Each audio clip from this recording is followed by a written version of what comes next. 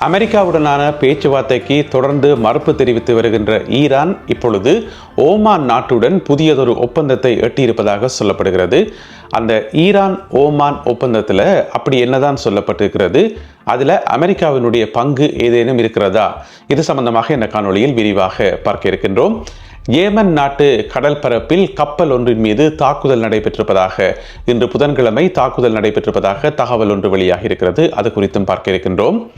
அமெரிக்க ஜனாதிபதி Donald Trump அவர்களுடைய பேச்சை கேட்க வேண்டியதில்லை என்று சொல்லி, கேட்க வேண்டிய அவசியம் இஸ்ரேலுக்கு இல்லை என்று சொல்லி இஸ்ரேலிய பிரதமர் பெஞ்சமின் நெத்தன்யாகு அவர்கள் ஒரு பொதுக்கூட்டம் ஒன்றில் உரையாற்றும் போது சொல்லியிருக்கின்றார். அவருடைய கருத்து இப்பொழுது சமூக வலைதளங்களில் வைரலாக பரவி வருகிறது. அது குறித்தும் பார்க்க இருக்கின்றோம். 4 ஆண்கள் மீது தாக்குதல் நடத்திய பெண் ஒருவர் லண்டனிலே அதிரடியாக இன்று கைது செய்யப்பட்டிருக்கின்றார். இன்று பிற்பகல் வேளையில் என்ன நடந்தது என்பது சம்பந்தமாகவும் இந்த காணொளியில் பார்க்கலாம்.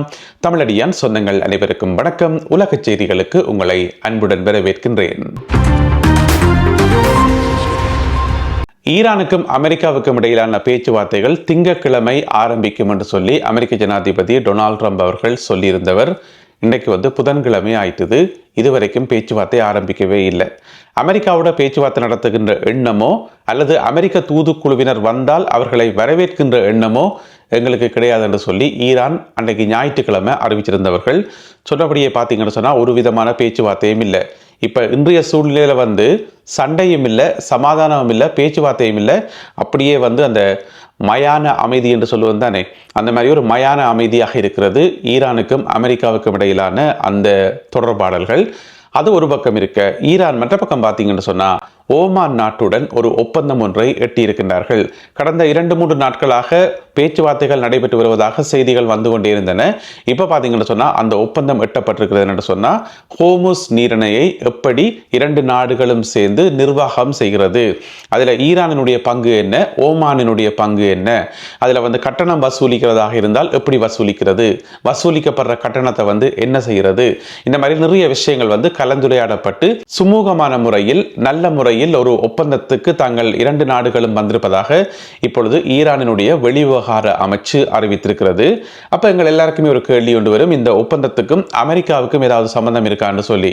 ஏன்னு சொன்னா அமெரிக்கா ஹோர்முஸ் நீரிணை பகுதியில் தன்னுடைய ஒரு மேலாதிக்கம் இருக்கணும் என்று சொல்லி இப்ப டொனால்ட் ட்ரம்ப் அவர்கள் திரும்ப திரும்ப சொன்னவர் தானே, ஈரான்கிட்ட கடற்படையும் இல்லை, ஒன்றும் இல்லை, நாங்கள்லாம் எங்களுடைய கட்டுப்பாட்டுக்களை தான் ஹோர்முஸ் நீரிணை இருக்குன்னு சொல்லி ட்ரம்ப் ஏற்கனவே டிக்ளேர் பண்ணியிருந்தவர்.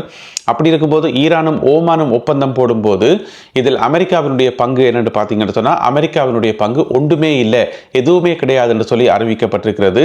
இது ஒரு வகையில் சொல்லப்போனால் டொனால்ட் ட்ரம்ப் அவர்களுக்கு விடுக்கப்பட்ட ஒரு சவால் என்று சொல்லி. ஏனென்று சொன்னால் எந்த ஒப்பந்தம் போடுறதாக இருந்தாலும் எங்களோட தான் போடணும் என்று சொல்லி ட்ரம்ப் சொல்லி கொண்டிருக்கிறார். அப்ப ட்ரம்பினுடைய அந்த ஒரு கருத்தை, அந்த ஒரு வேண்டுகோளை நிராகரிக்கிற விதமாக இப்ப பாத்தீங்கன்னு சொன்னா இல்ல நாங்க பேச்சுவார்த்தைக்கு வரையில, நாங்கள் ஓமானோட தான் பேச்சுவார்த்தை நடத்த போறோம் என்று சொல்லி ஈரான் முடிவெடுத்திருக்கிறது ஒரு வகையில அமெரிக்க ஜனாதிபதி டொனால்ட் ட்ரம்ப் அவர்களை சேலஞ்ச் பண்ற மாதிரி.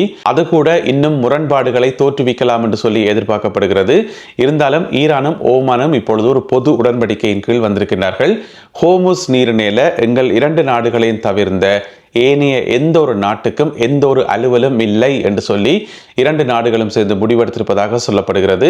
இதற்கு ட்ரம்ப் அவர்களுடைய ரியாக்ஷன் என்ன என்பதை நாங்கள் பொறுத்திருந்து பார்க்க வேண்டியிருக்குது. அதே வேளையில் அமெரிக்காவுக்கும் ஈரானுக்கும் இடையில் இனி எப்போதாவது பேச்சுவார்த்தைகள் ஆரம்பிக்குமா என்பதையும் நாங்கள் பொறுத்திருந்து பார்க்க வேண்டி இருக்குது. ஏடன் வளைகுடா இருக்குத்தானே, அந்த ஏடன் வளைகுடாலிருந்து கிட்டத்தட்ட 176 கிலோமீட்டர் தென்கிழக்கு பகுதியில் பார்த்தீங்கன்னு சொன்னால், அதாவது ஏமன் நாட்டுக்கு சொந்தமான கடல் பரப்பில் ஒரு கப்பல் மீது தாக்குதல் ஒன்று நடத்தப்பட்டிருக்கிறது. இதில் கப்பல் சேதமடைந்திருப்பதாக அறிவிக்கப்பட்டிருக்கிறது.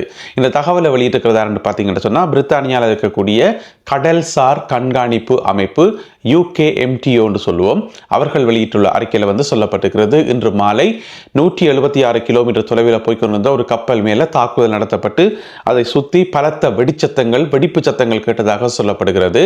ஆனால் கப்பலில் இருந்த பணியாளர்கள் பாதுகாப்பாக இருக்கிறார்கள் என்று சொல்லி அறிவிக்கப்பட்டிருக்கிறது. அவர்களுக்கு எந்த விதமான பிரச்சனையும் இல்லை என்று சொல்லி. என்னென்னு சொன்னால் அந்த கப்பல் மேலே தாக்குதல் நடத்தக்குள்ள அப்போ எங்களுக்கு ஒரு கேள்வி வரும், அதென்ன பெரிய வெடிப்பு சத்தம் எல்லாம் கேட்டிருக்குது, பெரிய புகமண்டலம் எல்லாம் வந்திருக்குது, ஆனால் கப்பல் இருந்தவர்கள் எப்படி பாதுகாப்பாக இருக்கிறார்கள் என்று சொன்னால் இந்த எச்சரிக்கை தாக்குதல் நடத்துறது தானே. அந்த என்ஜின் ரூம் இருக்குத்தானே, என்ஜின் ரூமை இலக்கு வச்சு தான் தாக்குதல் நடத்துறது. சுடுறதாக இருந்தால் அதை நோக்கி தான் சுடுறது. ஏன்னு சொன்னால் எச்சரிக்கைக்காக. எனவே இந்த தாக்குதல் கூட அப்படியான ஒரு தாக்குதலாக இருக்கலாம் என்று சொல்லி எதிர்பார்க்கப்படுது. ஆனால் தாக்கியவர்கள் யார் என்பது அறிவிக்கப்படவில்லை. அமெரிக்காவினுடைய பேச்சை நாங்கள் கேட்க வேண்டியதில்லை. மிக முக்கியமாக டொனால்ட் ட்ரம்ப் அவர்களுடைய பேச்சை நாங்கள் கேட்க வேண்டிய அவசியம் இல்லை என்று சொல்லி இஸ்ரேலிய பிரதமர் பெஞ்சமின் நெத்தன்யாகு அவர்கள் ஒரு கூட்டத்தில் கலந்து கொண்டு உரையாற்றும் போது சொல்லியிருக்கின்றார். என்ன சொல்லியிருக்கார் என்று சொன்னால், டொனால்ட் ட்ரம்ப் அவர்கள் எங்களுடைய நெருங்கிய நண்பர் தான், நல்ல நண்பர் தான், அதில் எந்த விதமான பிரச்சனையுமே இல்லை. ஆனால் எங்களுடைய பாதுகாப்பு, எங்களுடைய நாட்டு நலன் எங்களுக்கு முக்கியம். எனவே நாங்கள் அது சம்பந்தமான முடிவுகளை நாங்கள் எடுத்துக்கொள்வோம். ட்ரம்புக்காக நாங்கள் முடிவுகளை மாற்ற வேண்டிய அவசியம் இல்லை. மற்றபடி ட்ரம்ப் நல்ல நண்பர் என்று சொல்லி பெஞ்சமின் நெத்தன்யாகு அவர்கள் வெளிப்படையாகவே பொதுக்கூட்டத்தில் சொல்லியிருக்கார். எங்கள் எல்லாருக்குமே தெரியும், நெத்தன்யாகு அவர்களுக்கும் டொனால்ட் ட்ரம்ப் அவர்களுக்கும் இடையில இடைவெளி ஒன்று இருக்கு என்று சொல்லி நீண்ட காலமாகவே சொல்லப்பட்டு வந்தது. நாங்கள் கூட நிறைய காணொளிகளில் சொல்லியிருக்கிறோம். ஏன்னு சொன்னால், இஸ்ரேல் நடத்த நினைச்சிருந்த பல தாக்குதல்களை, அது ஈரானில் மட்டும் இல்லாமல் லெபனான்லேயும் தான், காசாலேயும் தான், பல இடங்களில் இஸ்ரேல் நடத்துவதற்கு பிளான் பண்ணி வச்சிருந்த ஒவ்வொரு தடவையும் ஒவ்வொரு திட்டங்களை பிளான் பண்ணுறது, தாக்குதல் நடத்துறதுக்கு அதை கடைசி நேரத்தில் ட்ரம்ப் தடுத்து கொண்டே இருந்தார் என்று சொல்லி இந்த இரண்டு நாடுகளுக்கும் இடையிலான முரண்பாடு வரதுக்கான காரணமும் அதுதான். அதை விட ஈரானோட ஒரு ஒப்பந்தம் ஒன்றை எட்டுறதுக்காக அந்த டைமில் பார்த்தீங்கன்னு சொன்னால் டொனால்ட் ட்ரம்ப் அவர்கள் ஈரானோட தான் கூட கலைச்சு கொண்டு வந்தவரை தவிர நெத்தன்யாகுவோட பெருசாக கிட்டவே எடுக்கல. அதோட அமெரிக்காவுக்கும் ஈரானுக்கும் இடையிலான அந்த ஒப்பந்தத்தில் இஸ்ரேலுக்கு எந்த விதமான பங்கும் இல்லை. அந்த ஒப்பந்தம் போட்ட பிறகும் கூட தெற்கு லெபனானில் இஸ்ரேல் தாக்குதல் நடத்தி கொண்டு வந்தது. அதுக்கு பிறகு டொனால்ட் ட்ரம்ப் அவர்கள் கோபத்தோட ஃபோன் பண்ணி நெத்தன்யாகு அவர்களை பேசினார் சொல்லி நிறைய சம்பவங்கள். அதாவது இஸ்ரேல் என்ன நினைக்குது என்று சொன்னால், நாங்கள் நிறைய தாக்குதல் நடத்த விரும்புகிறோம், ஆனால் அமெரிக்கா தடுத்து கொண்டிருக்குன்னு சொல்லி இது கனகாலமாக உள்ளுக்குள்ளே இருந்து புகஞ்சு கொண்டிருக்கு போல இருக்குது. இப்போதான் பார்த்தீங்கன்னு சொன்னால் அது வெளிப்படையாக வெளியில் வந்திருக்கிறது.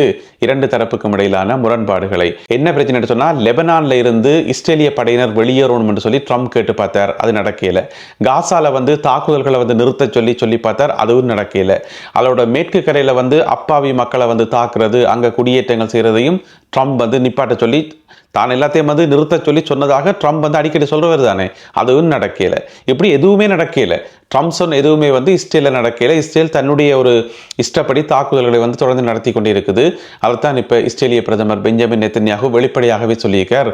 எங்களுடைய பாதுகாப்பும் எங்களுடைய இருப்பும் எங்களுடைய நாடும் தான் எங்களுக்கு முக்கியமே தவிர அதற்காக நாங்கள் எந்த விதமான முடிவுகளையும் எடுப்பதற்கு தயாராக இருக்கிறோம், எங்களுடைய சொந்த முடிவுகளை எடுப்பதற்கு தயாராக இருக்கிறோம் என்று சொல்லி இஸ்ரேலிய பிரதமர் பெஞ்சமின் நெத்தன்யாகு அவர்கள் பேசி இருக்கின்றார். லண்டனில் இன்று பிற்பகல் ஒரு பரபரப்பான சம்பவம் ஒன்று நடந்தது. லண்டன்ல கோவன் கார்டன் என்று சொல்லி இடம் ஒன்று இருக்குது. அது ஒரு சுற்றுலா பயணிகள் நிறைய போற ஏராளமான கடைகள் உள்ள ஒரு பரபரப்பான கடை தொகுதி என்று வைங்களேன், ஒரு பரபரப்பான ஒரு டூரிஸ்ட் பிளேஸ் என்று வைங்களேன், கோவன் கார்டன் என்று சொல்லி. யூகேல இருக்கிறார்களுக்கு தெரியும், வெளிநாட்டில் இருக்கிறார்களுக்காக சொல்றேன். அப்ப அங்க பாத்தீங்கன்னு சொன்னா ஒரு பெண், 45 வயதுடைய ஒரு பெண் திடீரென்று அங்க இருந்த எல்லார் மேலேயும் கத்தியால குத்தி தாக்குதல் நடத்த ஆரம்பிச்சாங்க. பிற்பகல் அது கத்தி என்றில் ஒரு பெரிய சைஸ் கத்தரிக்கோல் உண்டு. அப்போ 4 ஆண்கள் அதில் காயமடைந்து உடனடியாக அவர்கள் மருத்துவமனையில் அனுமதிக்கப்பட்டிருக்கிறார்கள். ஏஆர் ஆம்புலன்ஸ் கொண்டு இறக்கப்பட்டு, அதாவது ஹெலிகாப்டர் கொண்டு இறக்கப்பட்டு அந்த 4 பேரும் ஏற்றி உடனடியாக மருத்துவமனைக்கு கொண்டு செல்லப்பட்டார்கள். அது எதுக்கு ஏஆர் ஆம்புலன்ஸில் ஏற்றணும்னு சொன்னால், லண்டன் டிராஃபிக்குள்ளே ஆம்புலன்ஸ் போகிறதும் பார்க்க ஏஆர் ஆம்புலன்ஸ் ஈஸி, கொண்டு இறக்கியாச்சு, ஏற்றியாச்சு, கொண்டு போயாச்சு. மற்றபடி ரோட்டால் ஆம்புலன்ஸ் வராது கிடையாது, விடிஞ்சிடும். எனவே ஏஆர் ஆம்புலன்ஸ் மூலம் அவர்கள் மாற்றப்பட்டார்கள். பெண் உடனடியாக போலீசாரினால் மடக்கி பிடிக்கப்பட்டு கைது செய்யப்பட்டிருக்கின்றார்.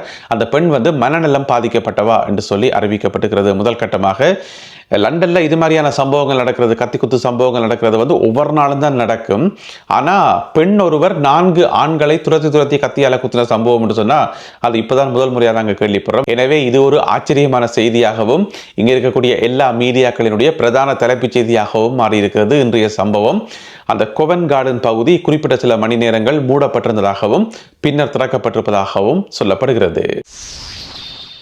இந்த காணொலியில் பகிர்ந்து கொள்ளப்பட்ட செய்திகள், தகவல்கள் தொடர்பான உங்களுடைய கருத்துக்களை மறக்காமல் கீழே எழுதுங்கள். மீண்டும் சந்திப்போம் உறவுகளே. நன்றி, வணக்கம்.